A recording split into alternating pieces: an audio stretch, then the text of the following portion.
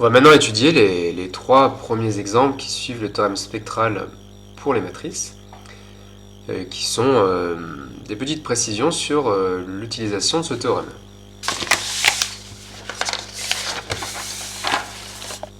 Donc,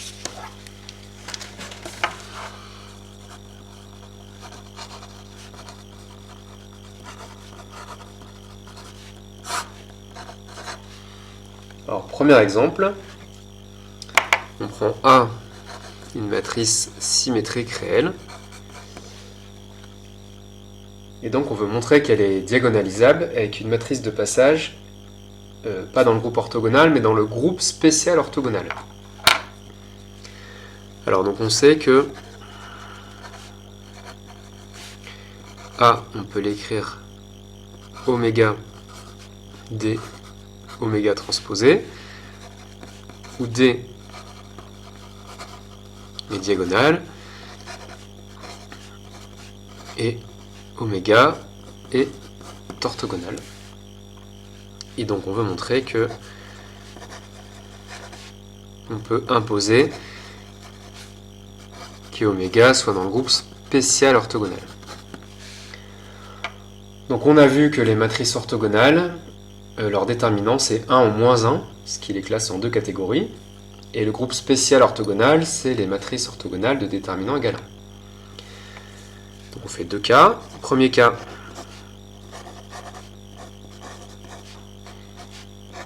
le déterminant d'oméga c'est 1, voilà c'est gagné. Alors, oméga est dans le groupe spécial orthogonal, c'est ce qu'on voulait, donc il n'y a rien à faire. Donc le cas contraire, le déterminant d'oméga n'est pas égal à 1. Donc comme oméga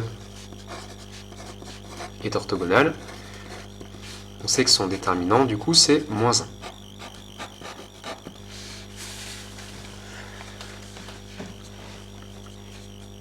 Alors ce qu'on va faire c'est interpréter matriciellement l'écriture A égale oméga D oméga T. Donc on note U l'endomorphisme de Rn euclidien canonique canoniquement associé à grand A.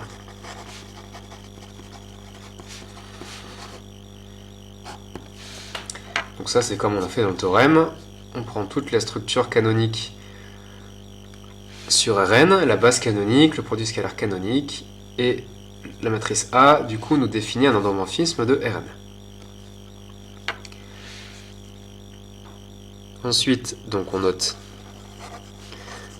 BC la base canonique, donc elle est orthonormale.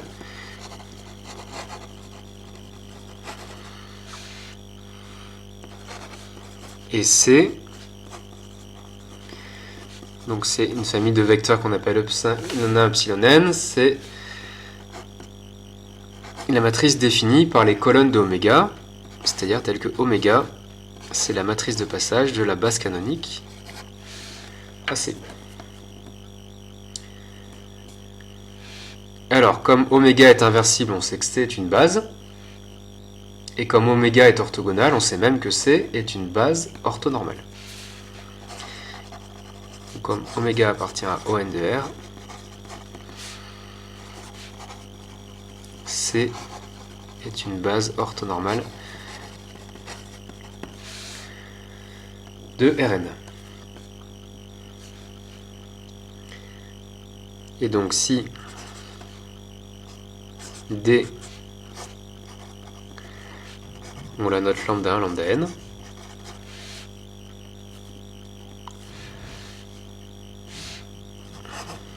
et bien D, c'est la matrice de U dans la base C, c'est-à-dire que c'est U de epsilon 1 jusqu'à U de epsilon n, représenté par rapport à epsilon 1, epsilon n.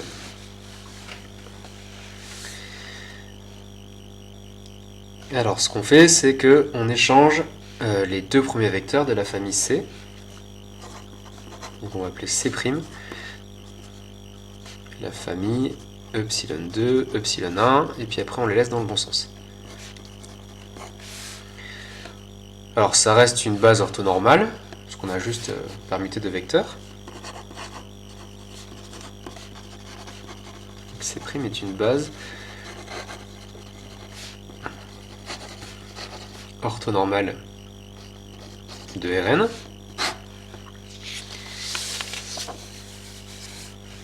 Et si on regarde donc la matrice de U dans cette base C', donc la première colonne c'est U de epsilon 2, après U de epsilon 1, U de epsilon 3, jusqu'à U de epsilon n, par rapport à epsilon 2, epsilon 1, epsilon 3, epsilon n.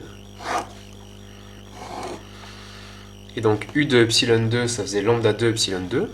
Donc ici, on a lambda 2, puis que des zéros. U de epsilon 1, ça faisait lambda 1, epsilon 1. Donc on a lambda 1 ici, et les autres coefficients sont nuls, et puis etc. Donc on tombe sur une matrice diagonale, et on a échangé ces deux coefficients. Donc ça, on peut l'appeler D'. Et donc si on pose oméga prime, la matrice de passage de la base canonique à C', la formule de changement de base donne que A c'est oméga prime D', oméga prime moins 1. Alors il reste à justifier que oméga prime est orthogonal.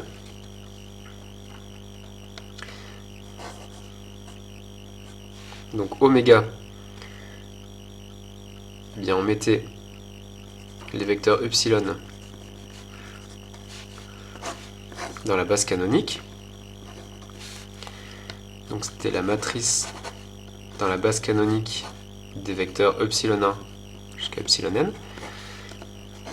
Et pour oméga prime, on a échangé epsilon 1, epsilon 2. Donc c'est la matrice de la base canonique de epsilon 1, epsilon 2, epsilon 3 jusqu'à epsilon n.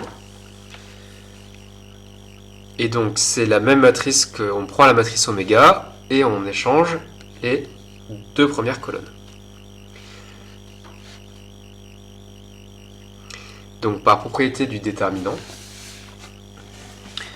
comme il est antisymétrique, si on échange deux colonnes, ça multiplie par moins 1. Donc en fait, on a que le déterminant de oméga prime, c'est moins le déterminant de oméga. Et comme le déterminant d'oméga c'était moins 1, ça fait plus 1.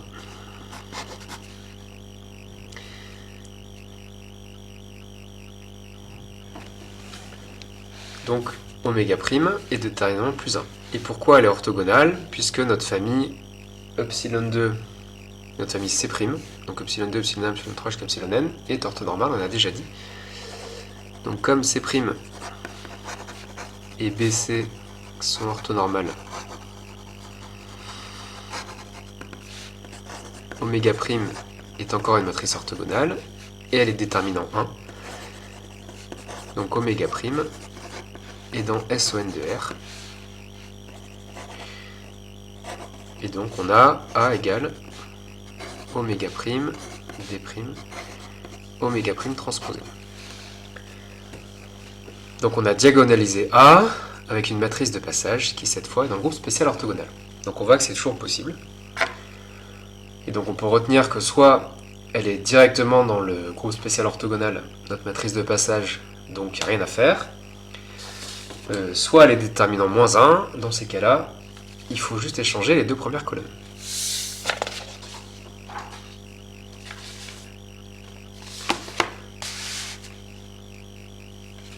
Alors maintenant nous allons voir le deuxième exemple.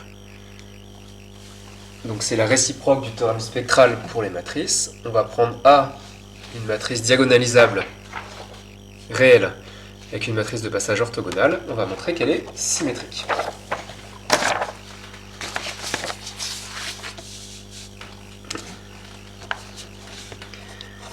Exemple 2, A dans Mn de R,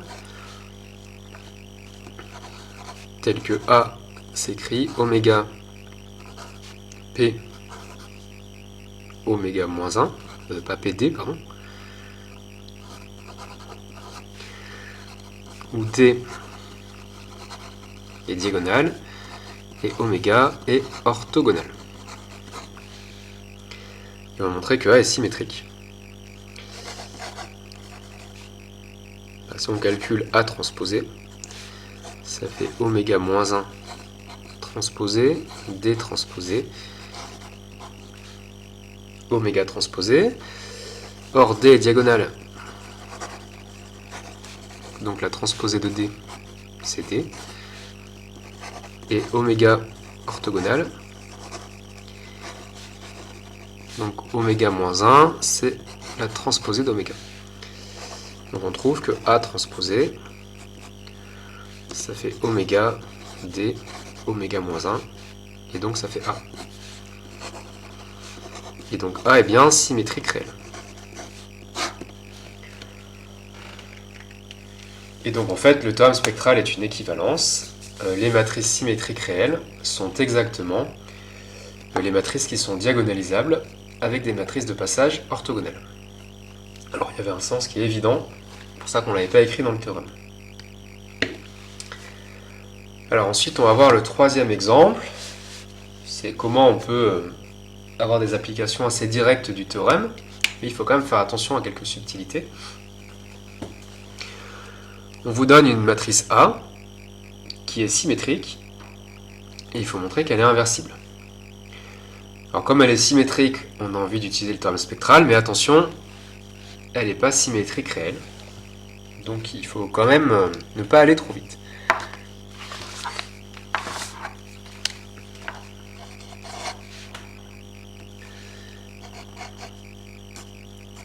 Alors l'idée c'est d'écrire A comme une somme de deux matrices. Une qui est symétrique réelle, donc celle-ci.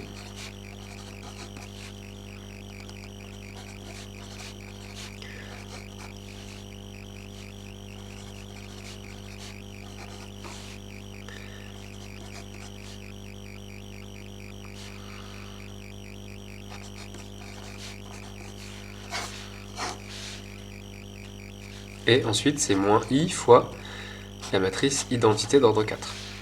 Celle-ci on peut l'appeler B. Alors comme B est symétrique réel, le théorème spectral il nous donne que B s'écrit oméga D oméga transposé, où D est diagonale,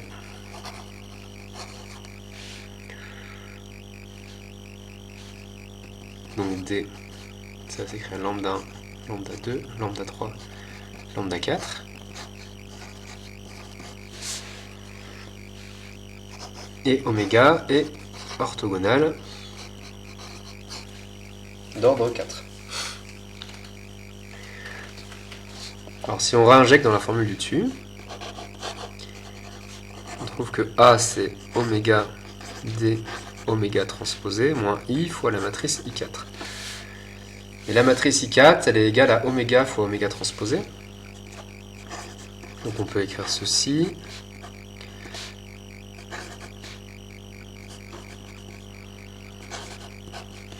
Et puis ici oméga fois I ça fait oméga fois oméga transposé ça fait I4. Et là, on peut mettre oméga en facteur à gauche, oméga transposé en facteur à droite.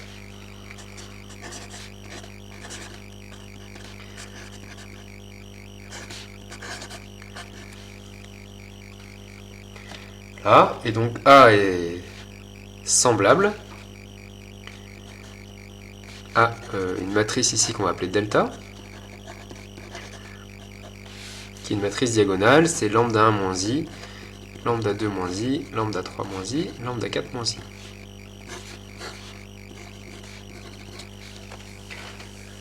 Et donc on en déduit que A est diagonalisable, puisqu'elle est semblable à une matrice diagonale.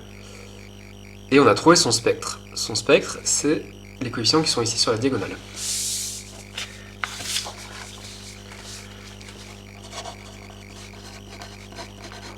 Donc le spectre de A, c'est lambda 1 moins I, lambda 2 moins I, lambda 3 moins I, lambda 4 moins I. Or, la matrice diagonale D était réelle, donc les lambda I sont réels. Les lambda K, on va les appeler plutôt. Donc, lambda K moins I, c'est non nul. Donc 0 n'appartient pas au spectre de A. Et donc A est inversible. C'est ce qu'on voulait démontrer.